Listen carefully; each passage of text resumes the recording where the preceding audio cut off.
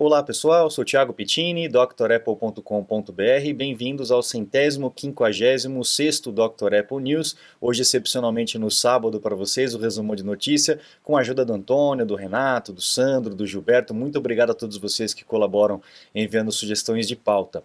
Vamos lá, temos bastante notícia para tratar nessa semana e a gente começa com as notícias históricas, como é de costume, né? E no dia 22 de julho de 97, a Apple lança aí o macOS 8.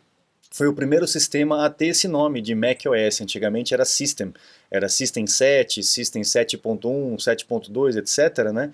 E de repente do 7.6 ele passou aí para o macOS 8, mudou de nome e pulou aí de degrau direto do 7 para o 8. Foi um sistema meio capenga, né? Estava se esperando muitas modificações e tal, e acabou sendo lançado às pressas, não só por causa da sua concorrência com o Windows, mas também porque a Apple tinha feito uma parceria aí com os Mac clones, né, os outros fabricantes de hardware que poderiam utilizar o sistema do Mac, e isso estava sendo terrivelmente ruim para as finanças da Apple, né? Então também foi uma estratégia de mudar de nome, né, e de avançar para o macOS 8 para refazer ali o acordo com os Mac clones ou até extinguir esse acordo com os Mac clones, porque mudou o produto, né? Mudou o nome do produto, mudou o produto. Então foi uma sacada da Apple aí de mudar. Foi implementado aí algumas coisas interessantes, como a oportunidade de você fazer, do sistema fazer várias coisas ao mesmo tempo, multitasking, né, que não tinha na época. Foi um sucesso instantâneo, tá? Ele teve uma mudança aí de visual, ficou um pouco mais com profundidade, com 3D e tal, mas mesmo assim demorou ainda para a Apple popularizar o seu sistema, que foi na verdade ficar realmente refinado com o macOS 10, né? Depois que o Steve Jobs entrou aí com toda a fundação do sistema da Next, né? O Next OS, mudou completamente desde a base o seu sistema operacional, mas o macOS 8 foi um bom sistema, foi um sistema estável, funcional, bonito também para a época. Foi o sistema que eu comecei a trabalhar, ele realmente obedecia os meus comandos, né? Eu não tinha que ficar conferindo se ele salvou mesmo na pastinha, né? Então isso para mim foi o que resolveu o meu problema na época que eu trabalhava, né? Que nessa época o Windows era completamente não confiável, né? Você jogava na pastinha, você via aquela folhinha voando, indo para outra pastinha, mas depois você tinha que ir lá na pastinha para conferir se ele realmente salvou, né? Eu passei por muitos problemas por conta disso aí, então a minha migração foi justamente por causa dessas situações todas. E lá em 98, quando eu comecei a mexer, 1998, quando eu comecei a mexer com o Mac. De lá para cá, parei, nunca mais mexi com Windows e estou muito bem assim. Bom, vamos lá. Depois nós temos aí, avançando bastante no tempo, em 2004, a Apple lançando o seu iPod com o Click Wheel, que é justamente essa tecnologia aqui de touch na tela, né, no botão. Antigamente os iPods anteriores eram uma peça móvel mesmo, você girava a peça como se fosse um dial ali de telefone. Quem lembra dos telefones antigos que você tinha que discar, né? A gente fala discar porque era um disco, né? Disca meu número, porque era um disco, né? Hoje em dia ninguém disca, todo mundo digita um número, né? Mas a Apple trocou uma peça móvel por essa peça com essa capacidade de touch, né? Que agora é utilizada nos trackpads e tudo mais, onde você desliza o dedo e ele fazia a função de rolar. Então foi uma sacada muito boa, menos peça, mais barato para fazer, mais fácil para o usuário utilizar. Quanto menos peças móveis, menos chance de estragar, né? Então realmente foi uma sacada boa, foi um sucesso também instantâneo esse Click Wheel, novo Click Wheel aí para o iPod. Aí nós temos essa belezinha aqui no dia 17 de julho de 2002, sendo lançado o iMac G4, o famoso iMac Abajur, só que agora com 17 polegadas. Era uma coisa fantástica, né? Um computador incrível, uma telona de 17 polegadas flutuando, assim, você com um dedinho você levantava, mexia para lá, mexia para cá, esse braço de cromado atrás, é algo, uma peça incrível, uma obra de arte. E esses alto-falantes, então, quem já usou, quem já ouviu alguma música nesses dois alto-falantes aqui, sabe o que eu estou falando. Eu nunca vi alto-falante tão bom nesse tamanho, tão pequenininho aí. É uma peça assim absurda de design, que realmente marcou época não só na Apple, mas para a informática como um todo, né? está muitos anos à frente. Até ainda hoje essa máquina desperta interesse, ainda hoje ela se diferencia completamente do que nós temos no mercado, né? Incrível mesmo. Aí nós temos aí com relação ao iPhone, no dia 20 de julho de 2007, o iPhone tinha sido lançado e o primeiro aplicativo para o iPhone foi feito. Era um aplicativo Hello World, né? Aqueles aplicativos padrão que os desenvolvedores, né, fazem, escrevem, até para testar ali os códigos, né? Apenas aparece na tela o Hello World, que é algo, quem é desenvolvedor sabe do que eu estou dizendo, né? É padrão, é o primeiro teste que você faz, é de escrever alguma coisa na tela e essa alguma coisa é Hello World. Né? Então foi feito esse aplicativo para abrir portas para desenvolvedores e é justamente essa a grande sacada da Apple, né? A Apple faz o software, o sistema operacional, faz o hardware, cria essas tecnologias de hardware, mas o restante deixa com os desenvolvedores, eles que utilizam essas ferramentas de forma criativa para criar aplicativos, como por exemplo, junto com o GPS veio a questão do Waze, veio a questão do Uber, veio a questão, né, um monte de outros serviços e empresas e aplicativos que utilizam dessas tecnologias que a Apple coloca no equipamento, mas eles usam de forma criativa. Se fosse deixar só para a Apple desenvolver tudo isso, dificilmente a gente estaria com essa quantidade de aplicativos e de soluções que nós temos hoje em dia. Então é uma grande sacada da Apple trazer os desenvolvedores para o time, né? Algo que o Steve Jobs não queria fazer, ele tinha medo com relação à segurança do iPhone, privacidade e tudo mais, mas ele acabou sendo convencido pela turma que era o único caminho deles estarem sempre oferecendo novidades, oferecendo soluções e a coisa ir para frente, né? A coisa ir evoluindo.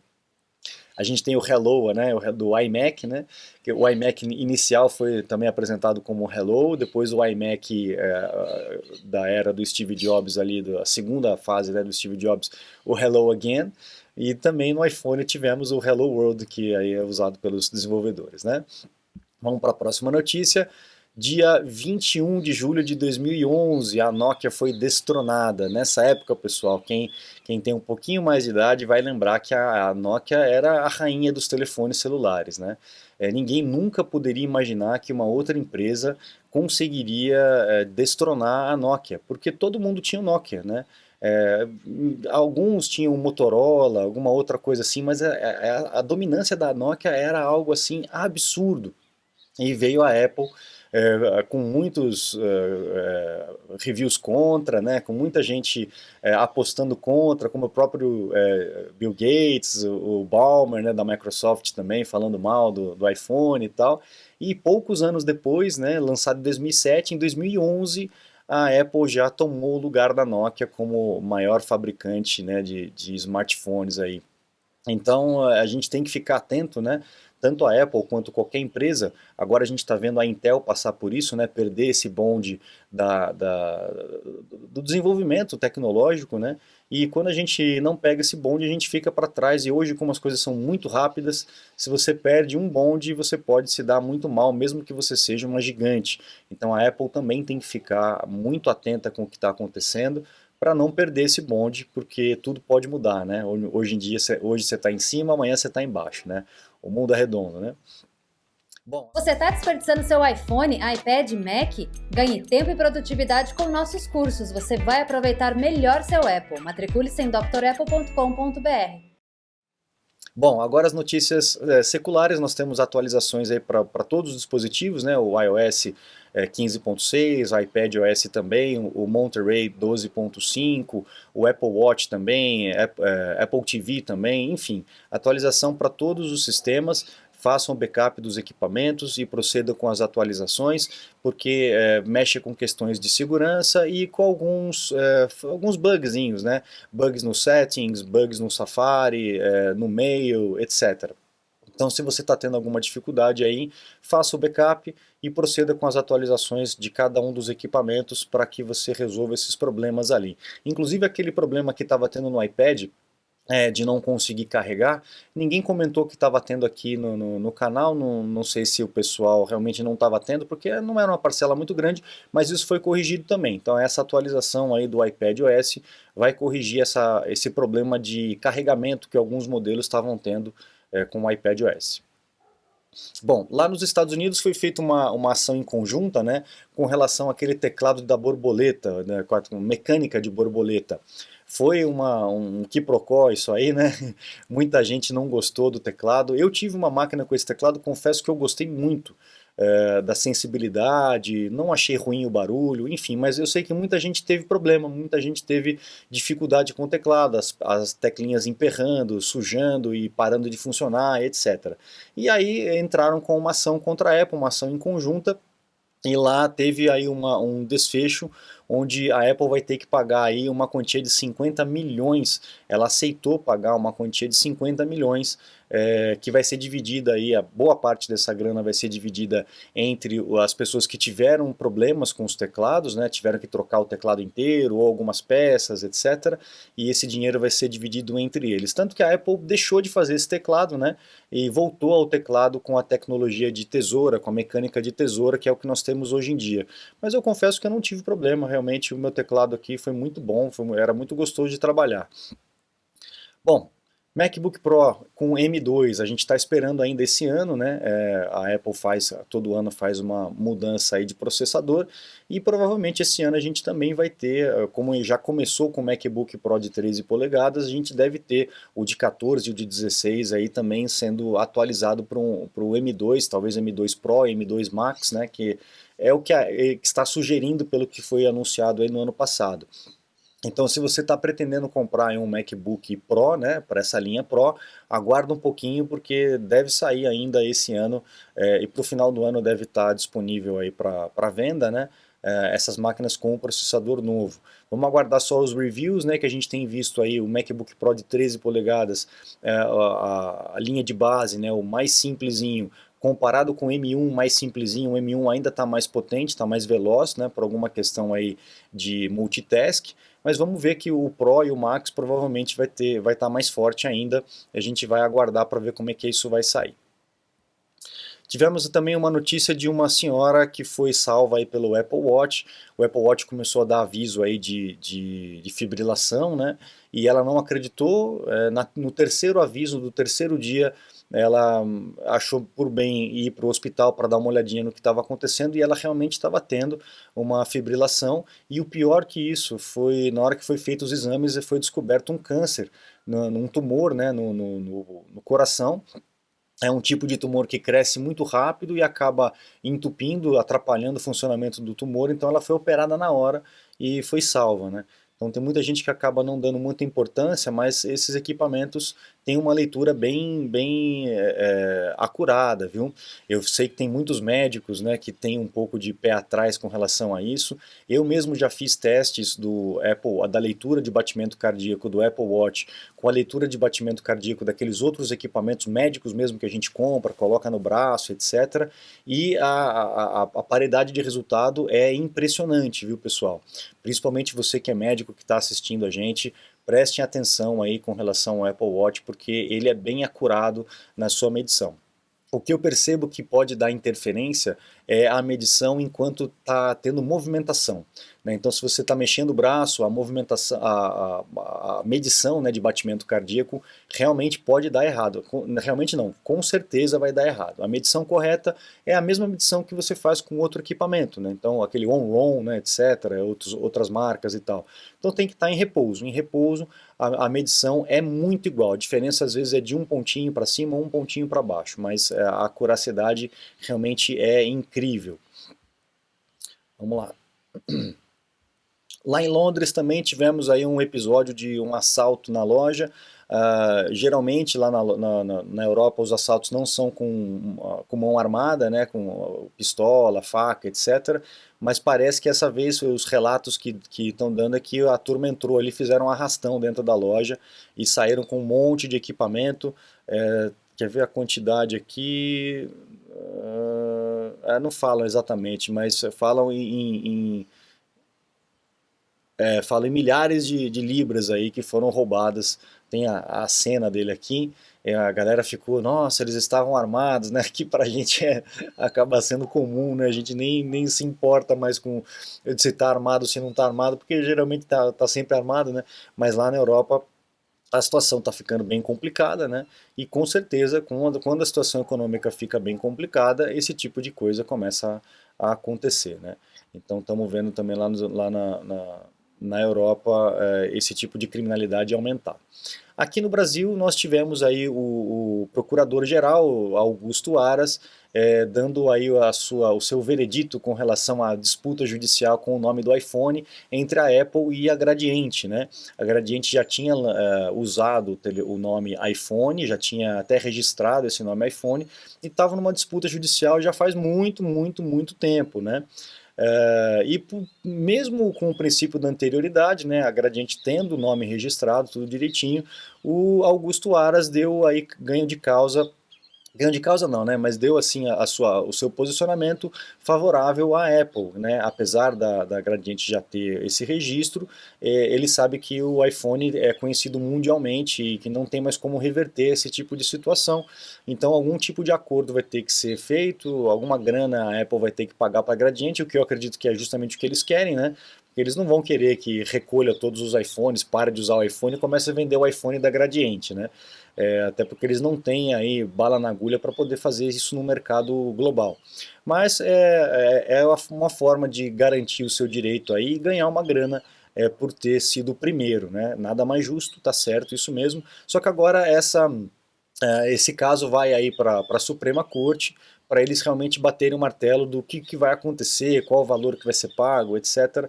Mas já existe uma decisão aí favorável, um parecer favorável à Apple nessa disputa. Não sei se existe isso em outro lugar do mundo, viu? Se eu não me engano, é só aqui no Brasil que há essa disputa de registro de marca com o nome do iPhone.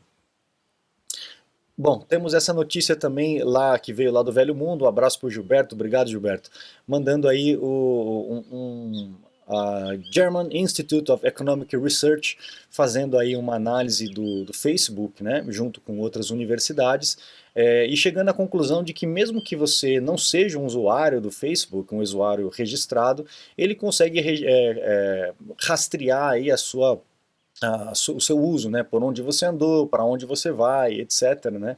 Então cerca de 38% de rastreio para não membros e 41% do tempo que você passa online ele consegue rastrear. A gente sabe que existem os cookies, né, que são feitos para isso, né, são mini aplicativos que fazem esse tipo de análise aí do seu uso da máquina. O Safari tem os seus recursos para bloquear esses cookies, né? Então se você usa o Safari, ativa essa proteção, a gente tem até aquele badgezinho que fica lá em cima que mostra o relatório de privacidade, então quais são os recursos que foram bloqueados daquele site, o que o site está tentando rastrear de você, e é assustador mesmo quando você entra num site como esse, o Google, o Facebook, etc, e você vê a quantidade de rastreadores que eles têm para poder identificar tudo, onde você está, quem você qual que é a localização, qual site você veio, para qual site você está indo, quanto tempo você passou naquela parte da página, etc. Então eles sabem exatamente qual é o seu interesse. Por exemplo, se você fica muito tempo vendo uma foto, ele identifica que você está tendo interesse naquele tipo de foto. Aí ele lê a foto, ele sabe o que é a foto, ele vai começar a sugerir mais assuntos relacionados ao conteúdo daquela foto. Então é algo realmente assustador, né? Para quem gosta de tecnologia é algo incrível, né? A gente chegar nesse ponto, né, de leitura, mas para a privacidade realmente é algo assustador. Então fique atentos com relação a isso. Navegação privada é um recurso interessante, ativar esses protetores de rastreamento também é muito interessante. E para encerrar, acho que a última notícia é uma notícia de patente da Apple, a Apple pedindo o registro de patente de uma máquina, de um processo, na verdade, de fabricação, onde eles conseguem criar objetos em 3D feitos de metal líquido, em vidro de metal líquido.